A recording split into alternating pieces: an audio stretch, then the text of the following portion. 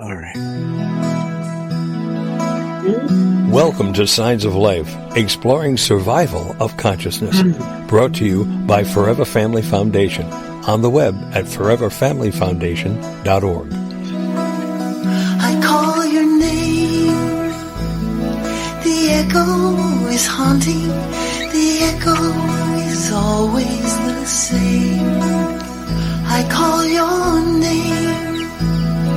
The echo is haunting. An echo can never be changed. So I call your name. Your name. All right. Good evening, everybody, and welcome to the Medium Insights Hour, brought to you by the Triple F. That is Forever Family Foundation. Signs of Life Radio. We gather here every month to explore the mindsets of many accomplished spiritual mediums on many topics related to consciousness, spirituality, and the afterlife. I'm Roman Karpiska. I'm very excited to invite Joanne Gerber back to the show. She is a gifted, internationally recognized psychic medium who's known for her ability to bring out very evidential messages from those in the spirit world. She's demonstrated her abilities as a clairaudient, clairvoyant, clairsentient, a lot of clairs in there, tuning herself to the higher frequency, along with the effort of those in spirit, in the spirit world, to allow the spirit communication to take place. She's a research medium at Windbridge Institute, and she's also a certified medium with the Triple F and a member of the Triple F's advisory board. She's an ordained spiritualist, minister, and medium, and she lectures, teaches, classes, workshops, holds many demonstrations throughout the world, both live and online.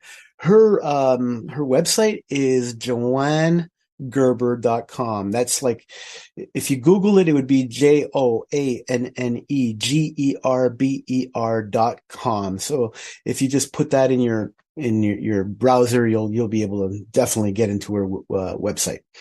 So, as always, we're not having any commercials, no interruptions. So sit back, curl up, nice blanket, pet a loved one, have a drink on us. Let us stimulate your intellect for the next hour or so. And by the way, as always, there's no readings happening tonight. The purpose of tonight is just to tap into Joanne's brain and see what makes her tick and see what makes mediums tick, and maybe just, answer some questions that you guys have provided. And, you guys are more than welcome to dial in if you have a question. The number to call, of course, is 1-888-627-6008 if you have any questions for our esteemed guest.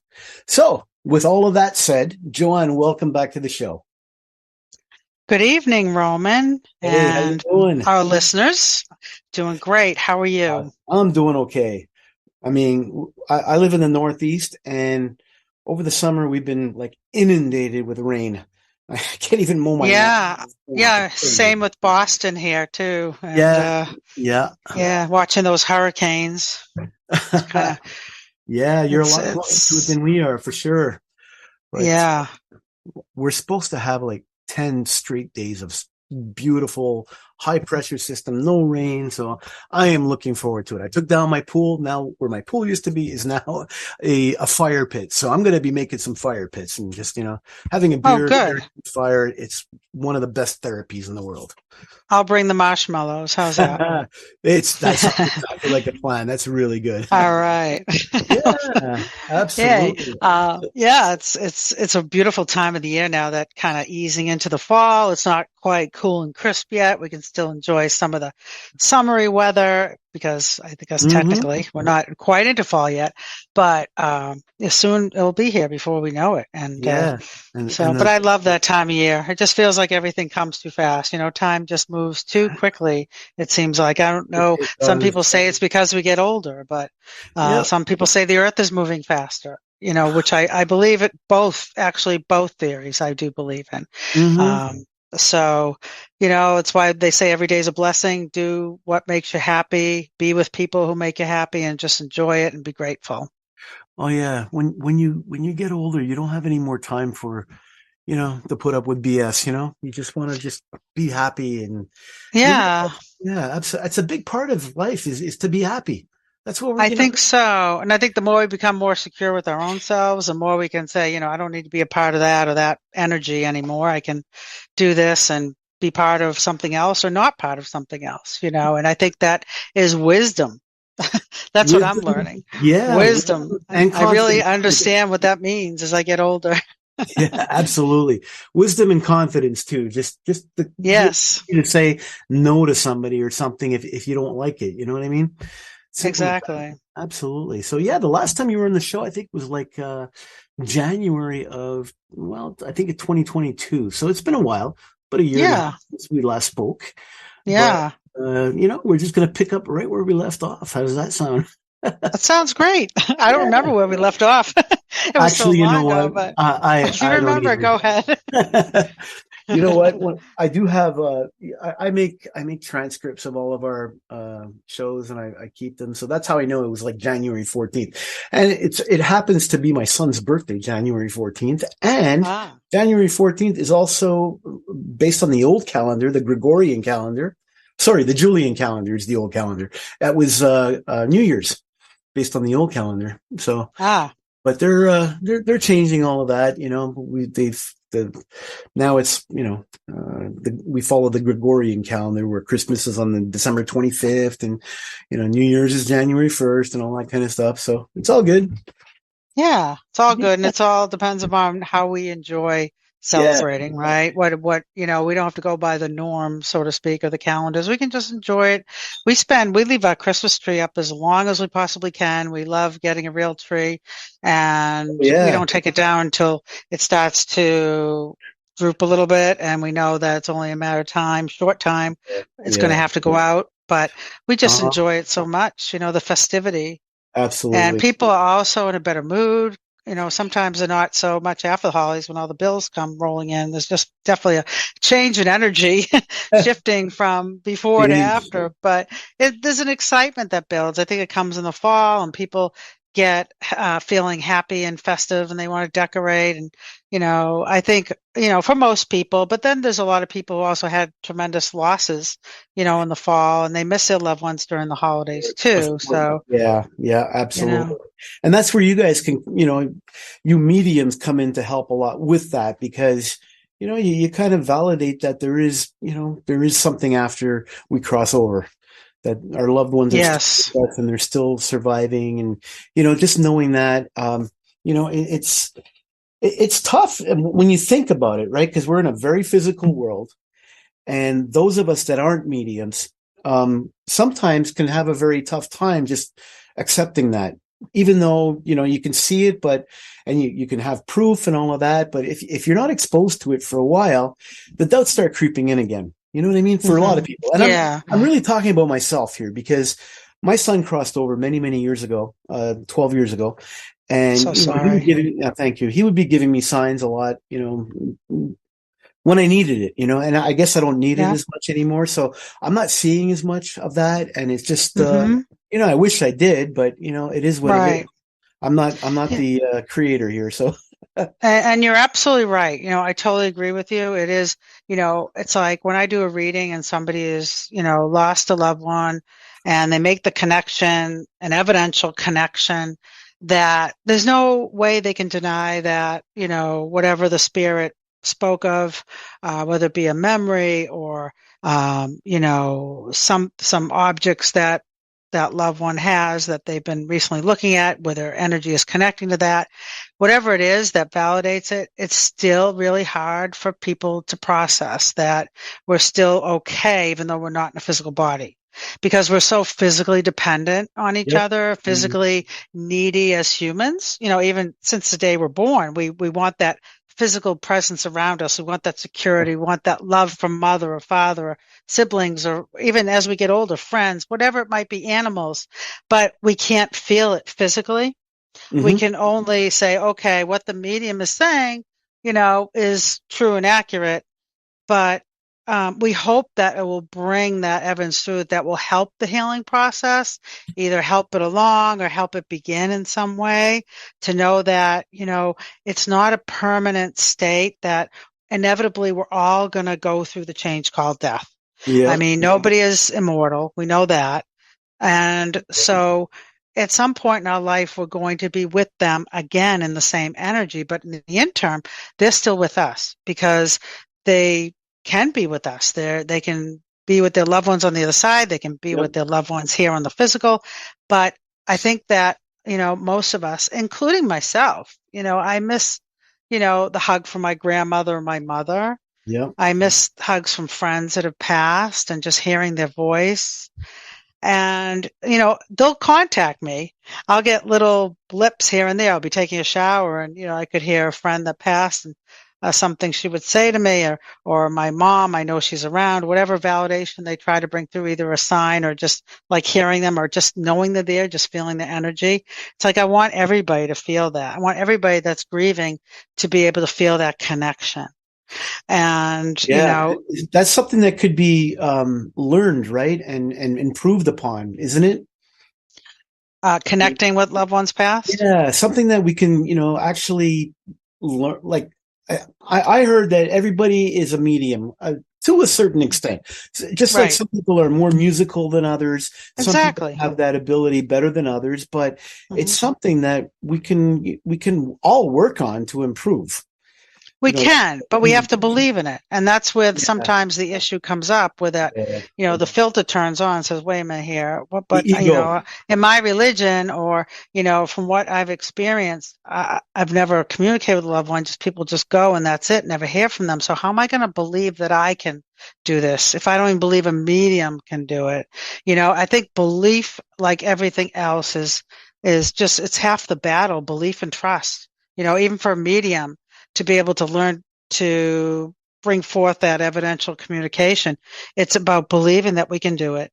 It's about trusting that we can. Yeah. As two of the main components anyways. Of course, it's about letting go of our own ego and our own, worries about, is it going to be right? Is it going to be wrong? Are they going to understand it? We just have to act as a pure channel because that's what we're here to do.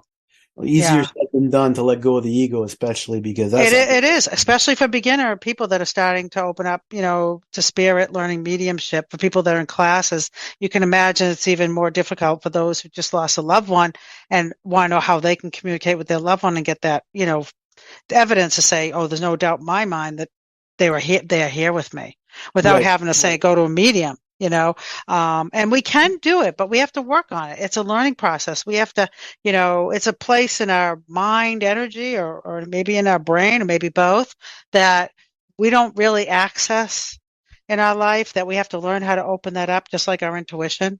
I think we have to understand that energy communicates back and forth all the time, both here in the physical and in the non-physical presence. It's quantum physics, right? So, Yep.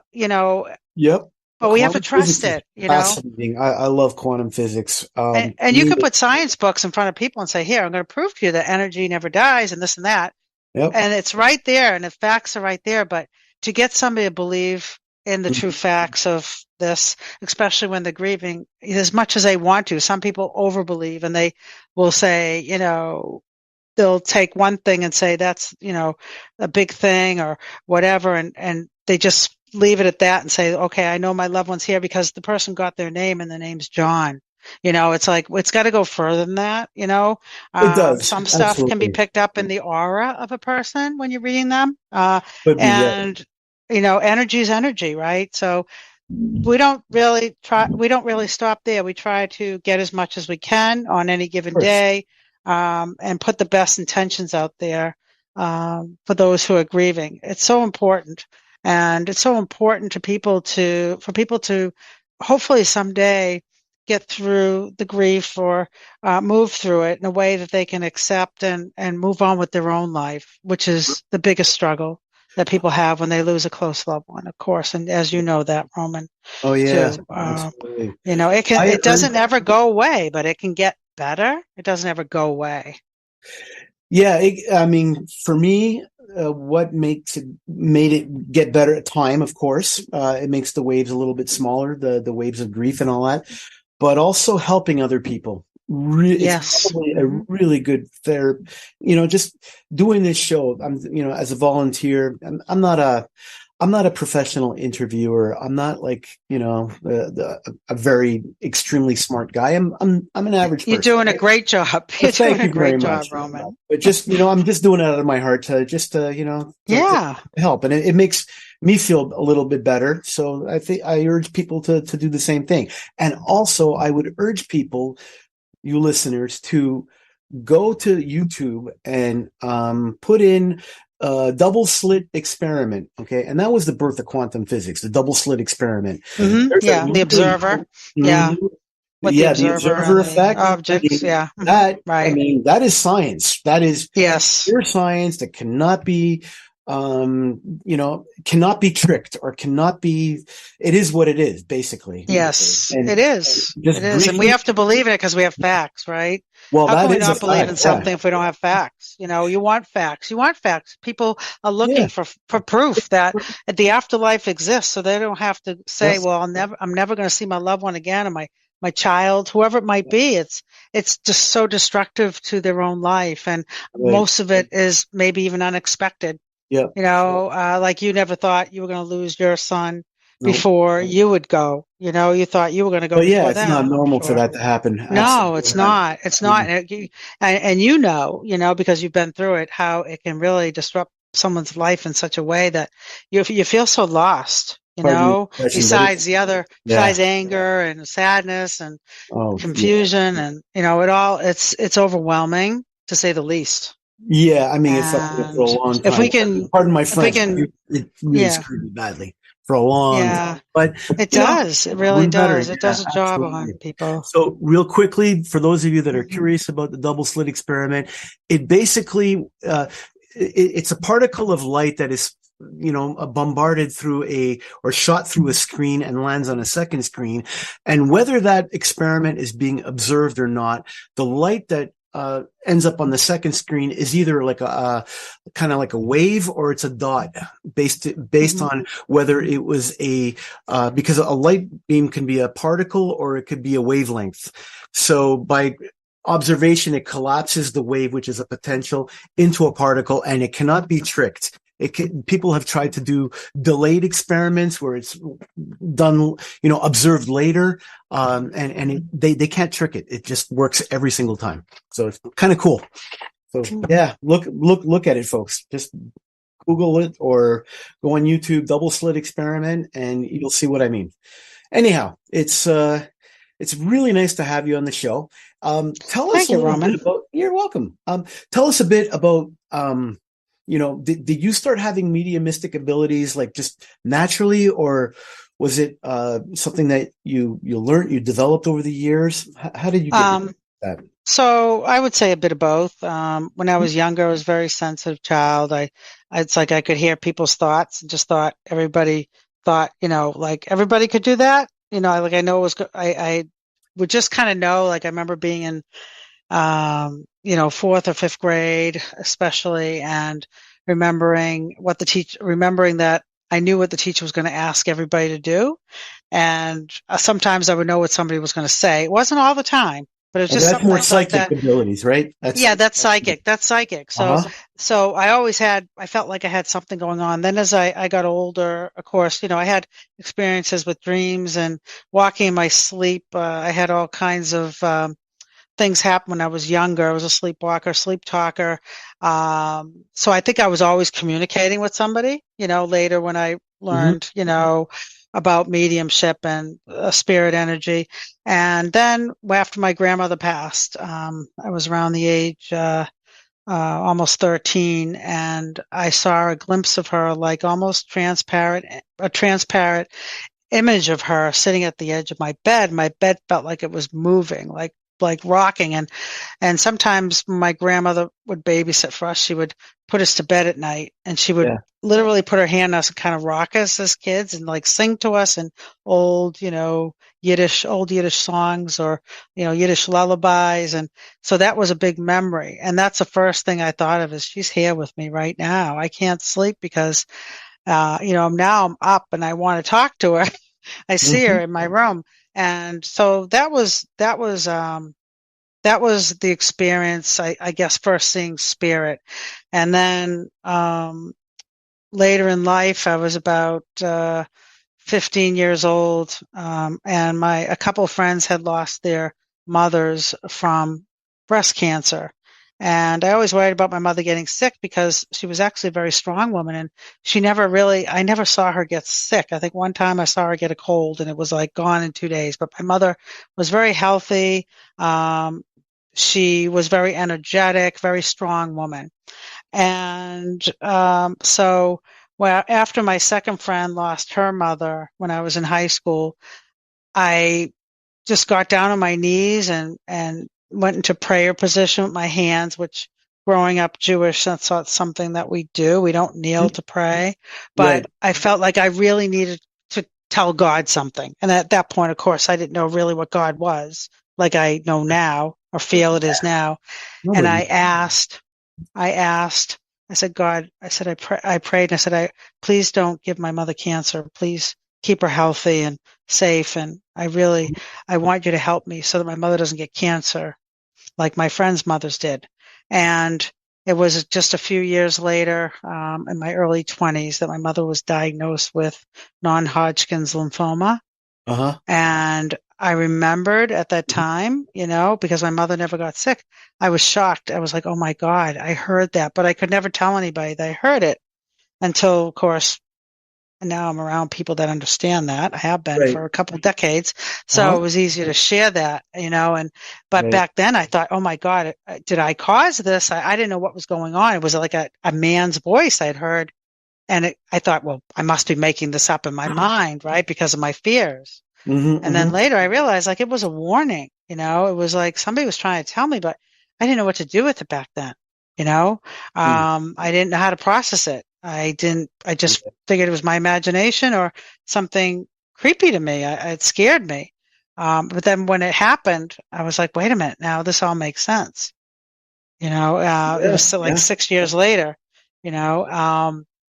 and so that's when I really felt I started to hear spirits. And then I started to take classes. I was always interested in the paranormal. Like I took some parapsychology classes outside of college, like non-credit type things at the school. They'd offer evening classes. So my friends and I take dream classes and some parapsychology classes. Then I found out I could take classes in Salem, that they actually teach this. And I went for a reading, and that's how I found out. And that was in my mid-30s. And then before I knew it, I was working in Salem as a psychic of all places, right? The psychic center of the universe, Salem, Massachusetts. So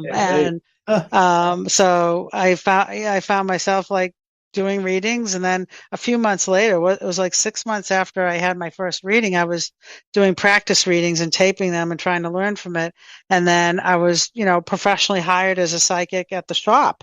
And then from there, it wasn't much later that I started teaching development circles in Salem. And then after that, it was kind of like I explored other teachers to help me elevate my mediumship. And so that's where I ended up. And I ended up working with some of my teachers and traveling with them. I was very, very blessed to have really great evidential teachers and Are any of opportunities. these teachers associated with Forever Family Foundation, maybe? Unfortunately not. Not. The person that I'm referring to is not. Okay. None of the teachers were from Forever Family. I don't even know if Forever Family was in existence back then.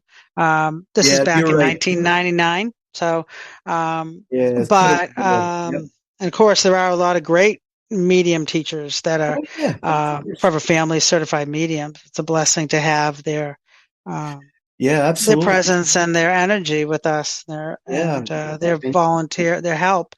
Yeah, you've gone with the through foundation. you've got through a lot of clinical testing and everything.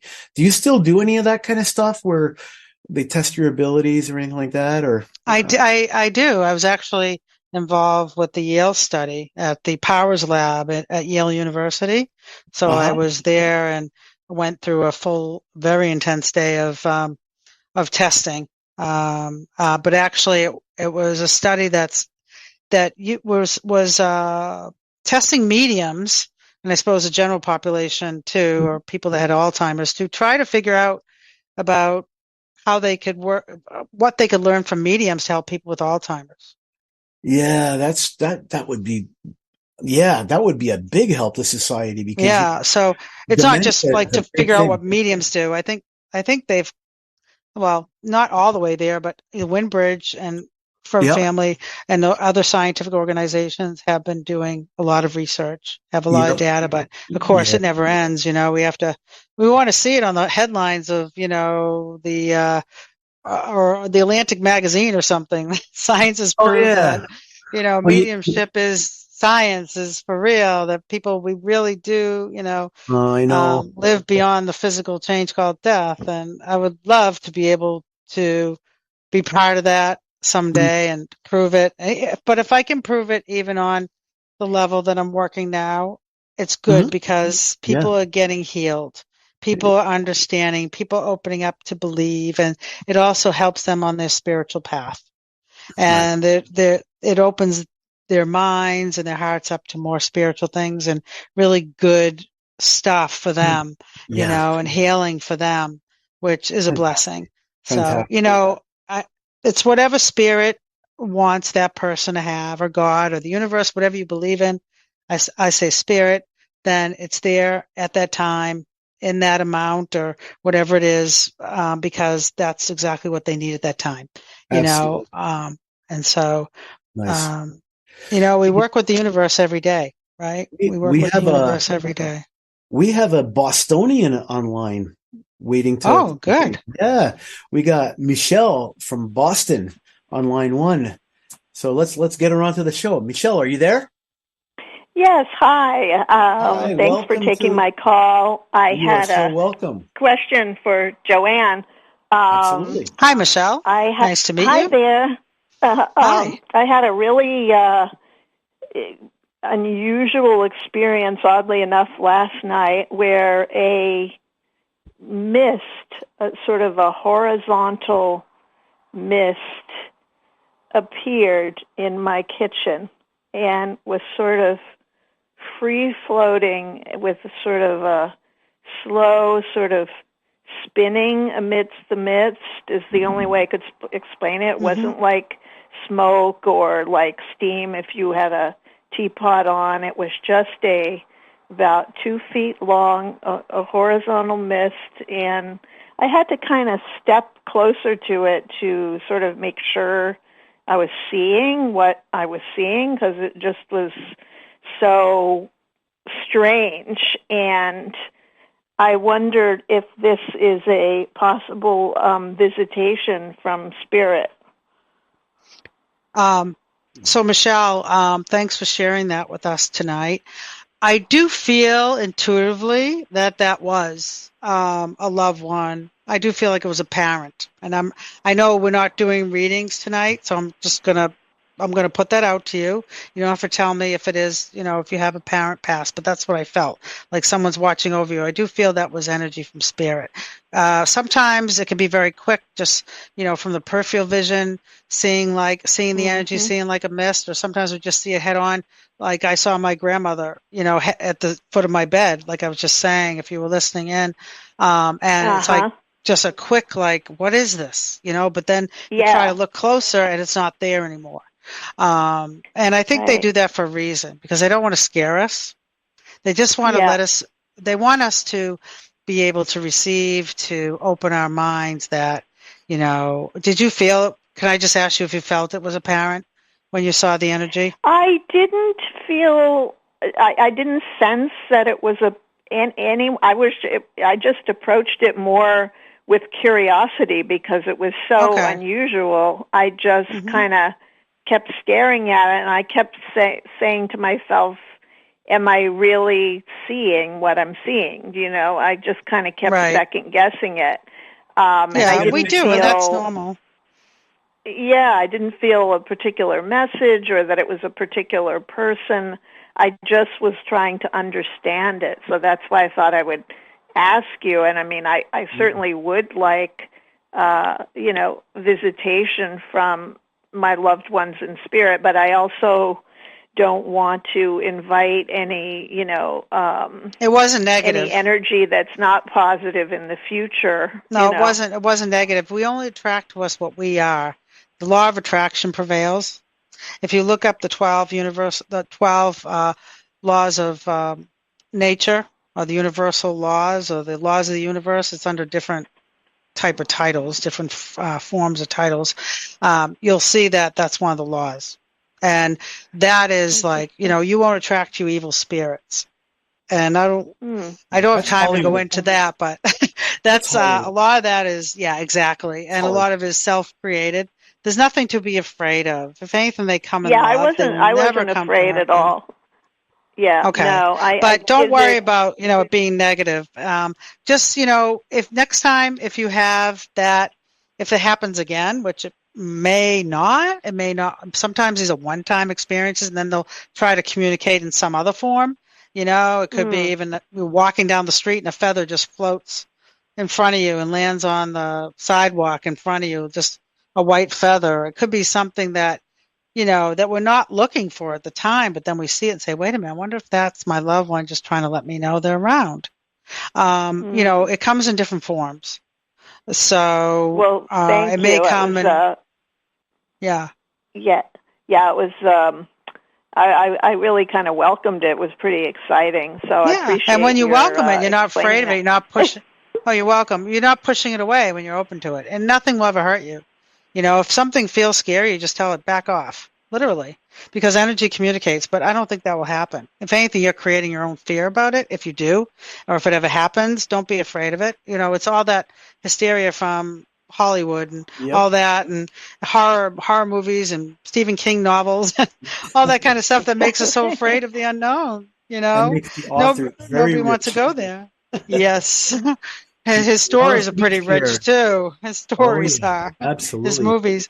I love Stephen King. He's awesome. Yes, I do too. I'm a big fan.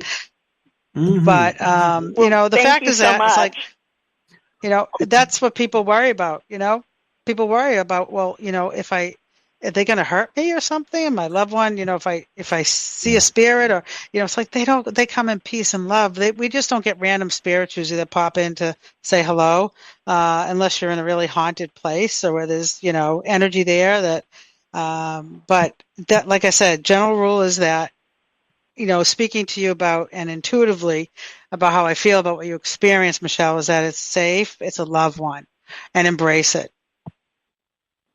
Perfect. Okay. Thank you so much. Thank you, Michelle. Great question. Thank you so much. Thank you. Take care. You know, while we're talking about experience, that reminds me of an experience that I had back in, I mean, this is a long time ago, 1988. I was still living in Montreal at the time, and I was with my girlfriend at the time. We were biking in this park right across the street from the Olympic Stadium where they had the 1976 Olympics. It's called the Maisonneuve Park. And it's a big park, and I'm looking, and it's kind of dusk. It's getting a little dark, and I'm going, what the heck is a tree trunk doing in the middle of a bike trail about 50 yards away from me? And, you know, I didn't think anything of it, so we just kept riding, and then I saw it from a different angle, and then that tree trunk split in half. And so I'm going, what just happened? You know, it's this gray thing, and then I'm looking, it's getting darker, and it looked like a hooded, veiled, you know, kind of creature, like not a creature, but like almost a human form, but like in a robe kind of thing. And it was like, you know, at that time I wasn't into this stuff, so me and my girlfriend were like, all right, let's get the hell out of here. And we just took off. But you know, I swear to God, that happened. I actually saw that with my own eyes.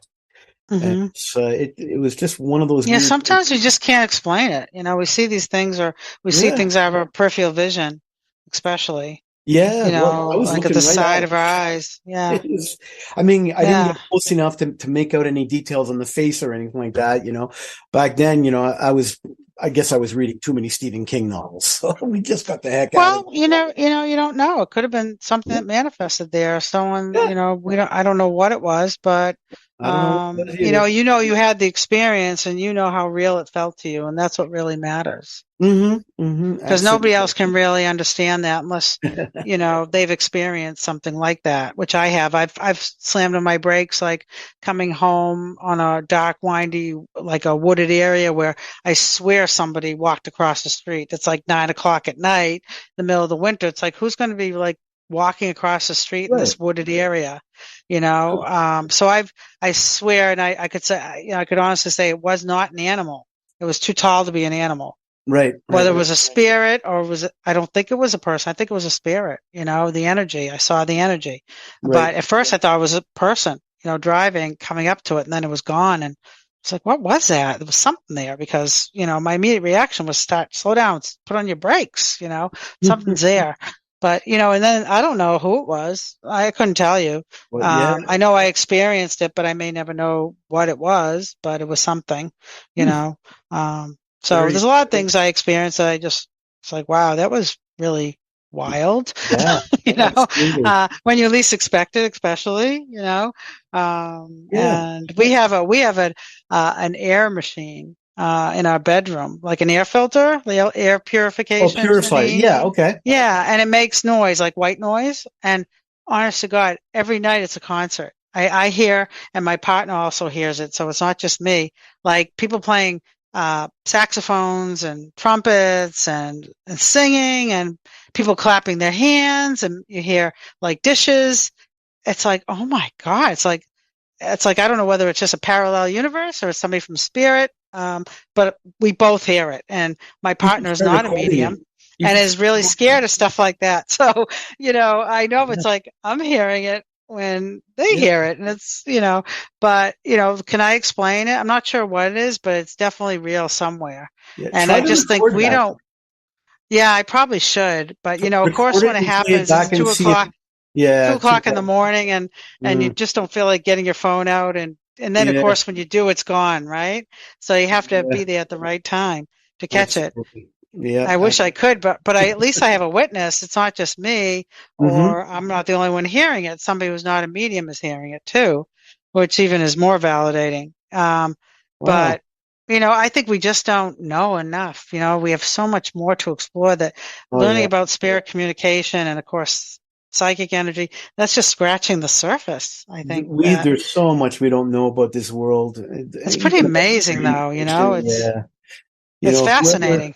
Whatever designed this, it's really complex when you think about it. Like the architect, everything just comes together. It's crazy. I know, it's interesting. The synchronicities are even more fascinating to me. It's those are the best signs, when things just happen the way they're supposed to, and, you're on the right path, whether it's personal or somebody from spirit, giving you information, validation.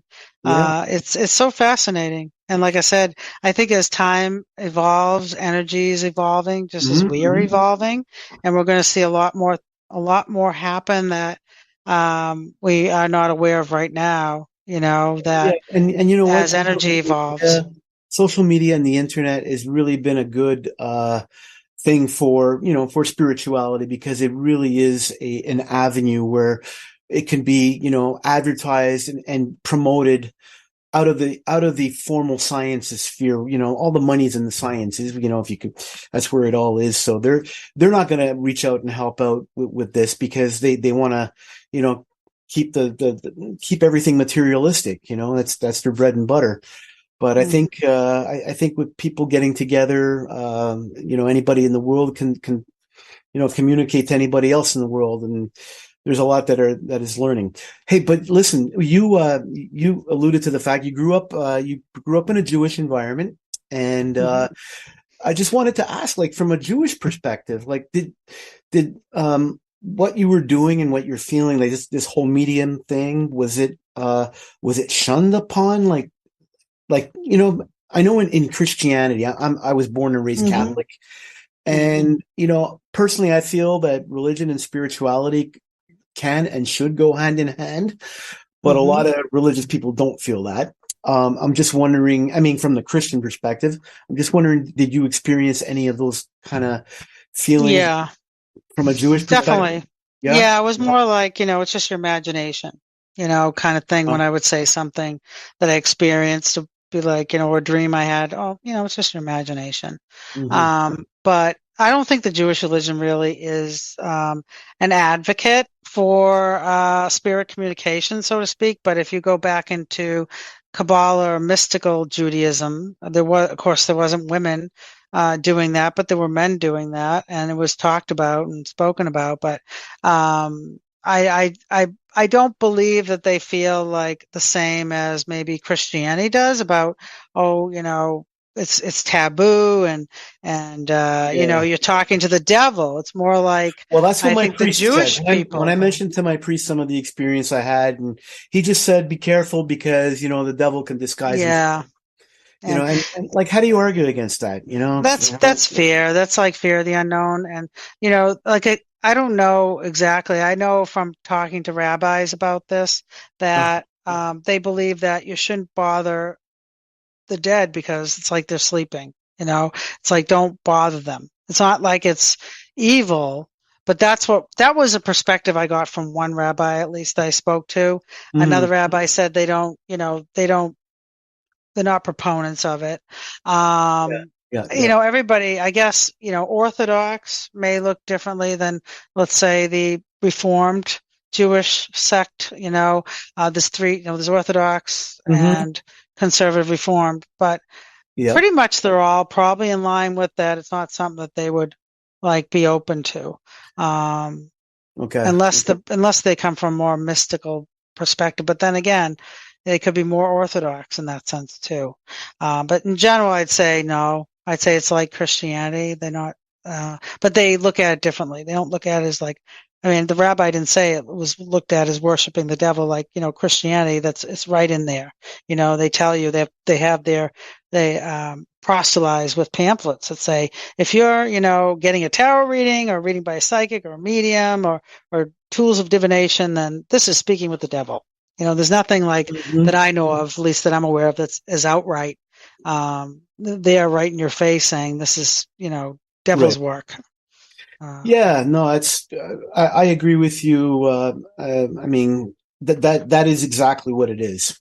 And I guess at this point, maybe one day they'll start, walking hand in hand, religion and I hope so, but because separatism comes from religion, right? Religion is a way to classify people as believing in this or doing that or that kind of culture or belief system, and it separates people, really. If people all believed in the same thing, maybe not.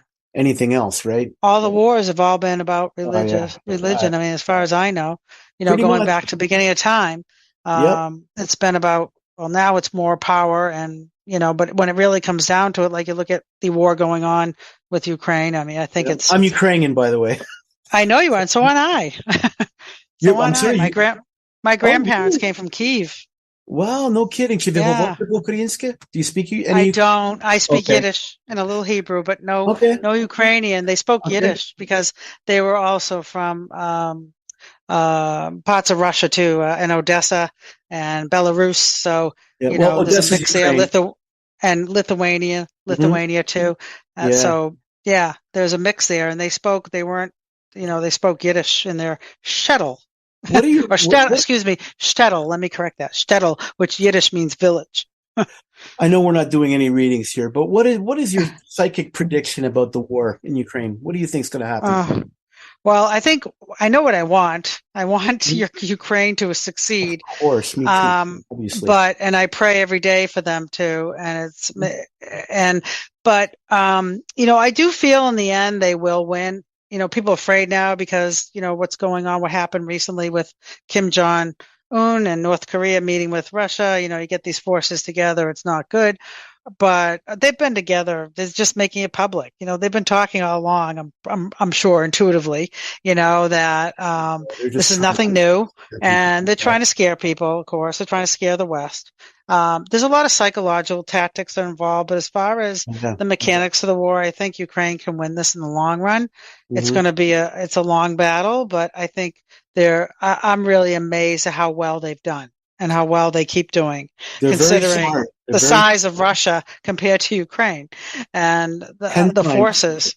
10 times bigger, 10 to 1. Ukraine's outnumbered 10 to 1. Yeah. It's like the forces of light are surviving and hanging in there, and they're not giving up. And that's what we need to do here in our country and all over the world. Otherwise we give in to the negative energies and people that want to control and have power. Without getting too much into politics, it can definitely learn some things from people of Ukraine that are just, fighting to survive and keep their land and keep their culture. You know what I mean? Right now, we have everything we want over here, and we're just really divided politically, unfortunately. We are. And, it's like, it's just history repeating itself. My grandparents used to share stories how they used to have to hide their money from the Cossacks, would come to their house and take their gold teeth and, whatever they could sweep up, and they'd hide their money in the dirt in the backyard. So they wouldn't lose all anything they had that was of value. It was, and there's been worse, you look back at history, and so it's got to stop sometime, right? We got to stop letting these historical wars keep repeating themselves. We have to stand up and unfortunately fight. But, I think thoughts and prayers do a lot, intentions do a lot, and I believe that in the end that they can succeed. I believe so too, and I think they will. It's going to be at a high cost, though. It is, and it's unnecessary. On both sides. We need more love than war.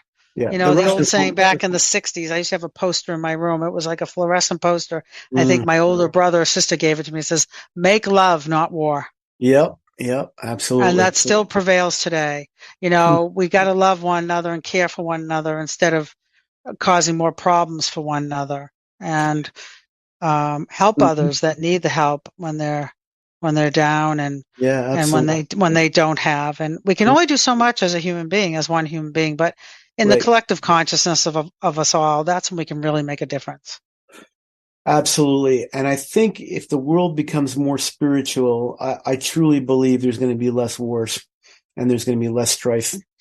Because it's the rise of consciousness, opening up people's minds and saying, what am I doing believing this? Or what am I doing battling this war or fighting back? There's so many better ways to spend your energy and time than fighting, Yeah, of course. Hey, we got on any level.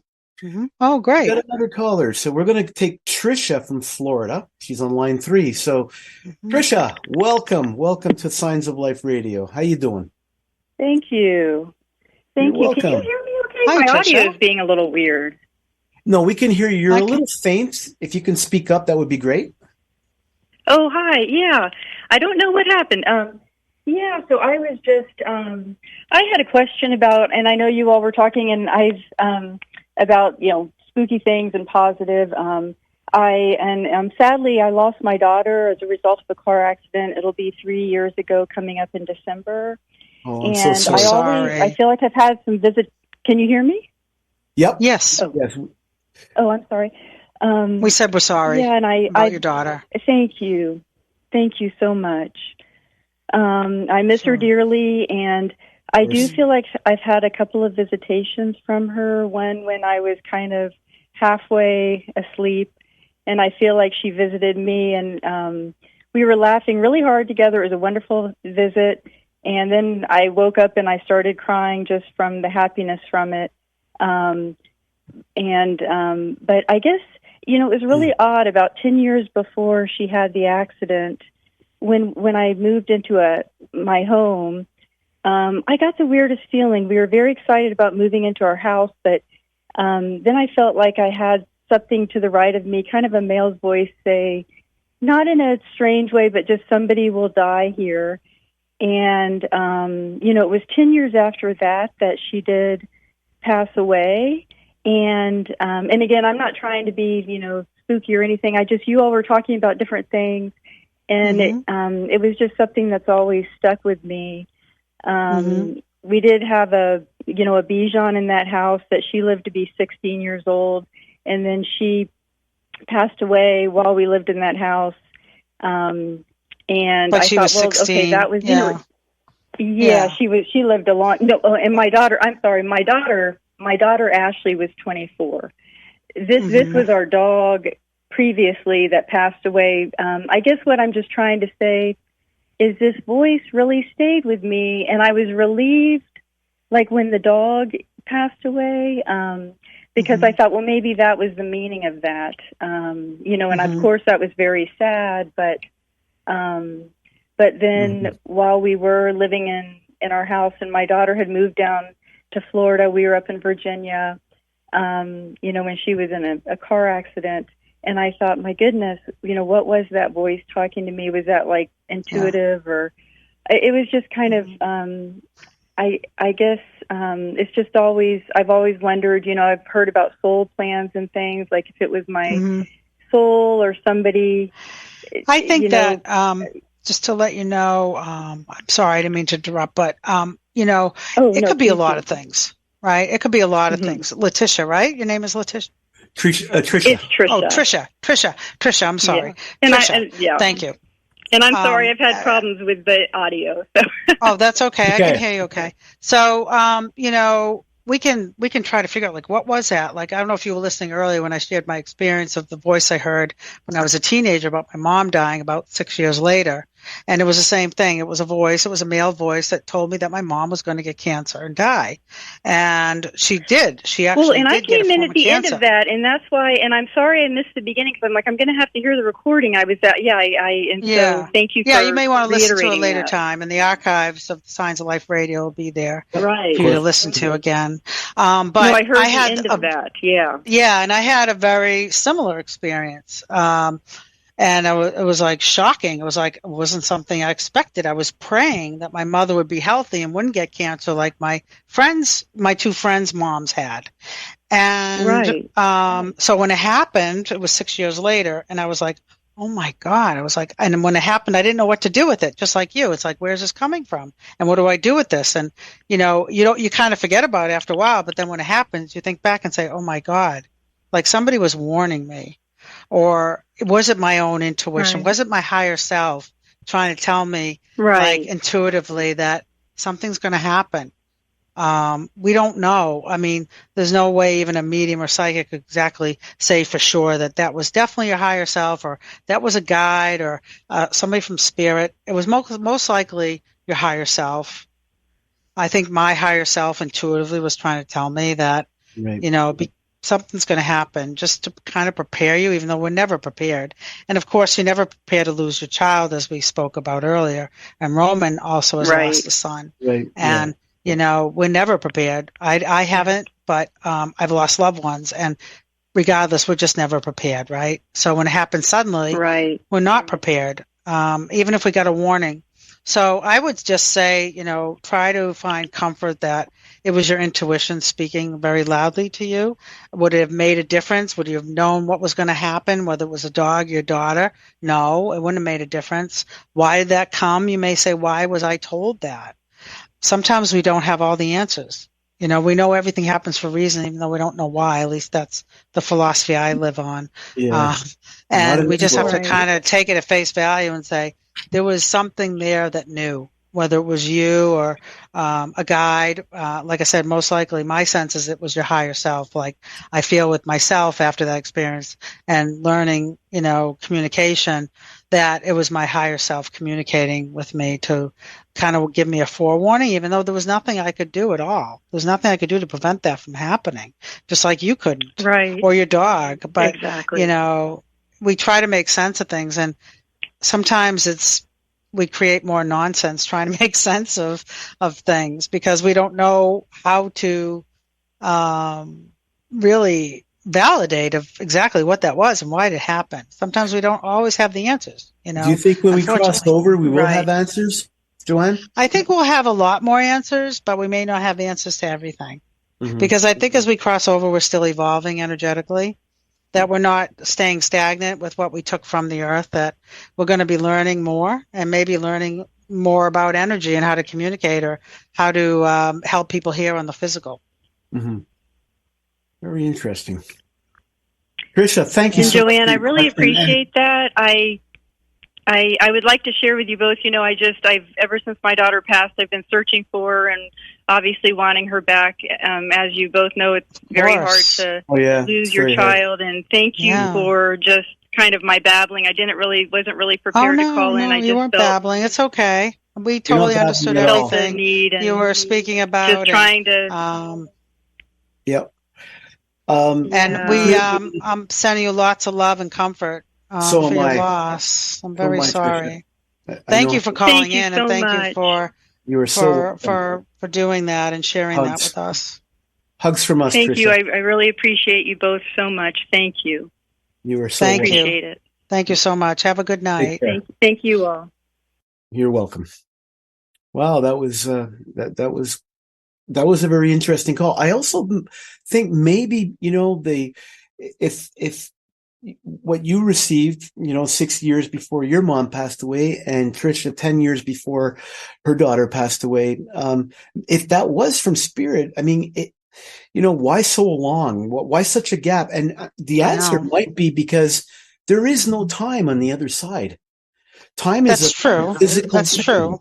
But I don't, in my work, at least in my own experience, I don't get a lot of, I don't predict death. I just find it, if someone asks me, when they're going to die, when their parent is going to die, I tell them I just don't do that. Even though I may have a feeling, I don't want to be caught between what's, on the soul's agenda, what God, wants, whatever, the universe, whatever you believe in.